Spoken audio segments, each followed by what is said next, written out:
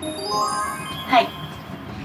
Hi, welcome to my channel, which is Durrani Yapping, in which where I yap and you listen, especially in psychological subjects and psychological theories. And today we will talk about one of the popular school of thought, which is behaviorism, the popular figures behind behaviorism, which is Ivan Petrovich Pavlov, Ivan, and as well the correlation with ancient civilization. And lastly, we will talk about the relevance school of thoughts with nowadays. Okay, so let's begin, shall we? So of course, I will start my yapping session with actually what is actually behaviorism. So behaviorism can be either two sides of coin in a general term as well as a specific term. So in a general term, it means that someone wants to understand the limits of experiencing the psychological states by someone's behavior, by determining their behavior.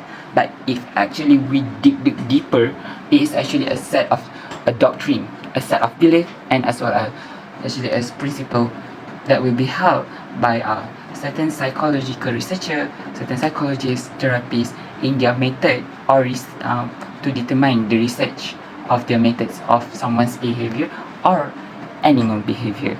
Now you know. Quote by the renowned philosopher Wilfred Sellars: if someone insists on verifying hypotheses about psychological events in terms of behavioral criteria, they may be considered a behaviorist either loosely or attitudinally. So, Julius Ray, one of the psychologists, have been categorized behaviorism into three categories, in which methodological, analytical, as well as radical. But after that, Skinner feels like, this is not quite right for me, and then he modifies it into radical to be part of the subtopic of psychological. So for the update one, it will be methodological, analytical, as well as psychological. So now, let's moving on to the significant figures of behaviorism school of thought, or one of the fathers of the founder of behaviorism, Ivan Petrovich Pavlov, or Ivan Petrovich Pavlov. Now let's move on to the significant figures of behaviorism. Ivan Petrovich Pavlov, he is one of the founder of behaviorism. He born in 1849. He was a Russian and Soviet neurologist as well as physiologist expert, and he also won Nobel Prize in Physiology or Medicine in 1904. Lastly, he is the one that introduced the infamous classic conditioning. Wow. So I will give you a real life classic condition example instead of experiment so that we could get a brighter perspective. So my mom used to pregnant me 4 months when she got this classic condition style.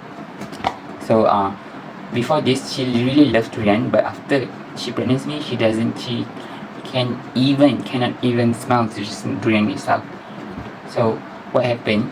So actually when she pregnant me, the smell, the smell of durian is very strong, right?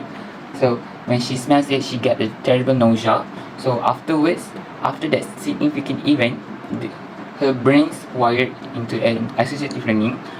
So thinking that every time she smells durian, she will get a terrible nausea. Let me explain you in a theory form. So the unconditioned stimulus in my mom's story is actually durian. So of course the natural stimulus of the durian is actually a strong smell. And like by happen in that event, my mom got the nausea because of the strong smell. So our brain do the shortcut, which is associative learning. How every time it will become the conditioned stimulus because of the significant event of every time she encounters durian, she will got the conditioned response in which the nausea is off. Now you know. So for the next part, I will talk about the relation between the ancient philosophy as well as the school of thought of behaviorism. I want to make it specific, which is the classic condition itself, classic condition versus stoicism. So why? Because of what? Because as we all know, classic condition is something that is involuntary because our physiology part of body make an involuntary response, and actually sometimes it interrupts us, and for me it is very annoying. So yeah. So why Stoicism? Okay, so based on Stoic philosopher Epictetus and Seneca said that emphasize that external event should not disturb one's inner peace. So I know you heard this quote before, which is we cannot control the wind, but we can adjust the sail. So yeah, why Stoicism? So because as we all know, the Stoicism practice is that there is a mental practice and self-conditioning, self-discipline. So it trains us to not react with the external event as well as it trains us to have this mental practice so that we can overcome such as the classic condition. So this is one way to overcome the classic condition itself, by having a tremendous mental practice itself. So let's see.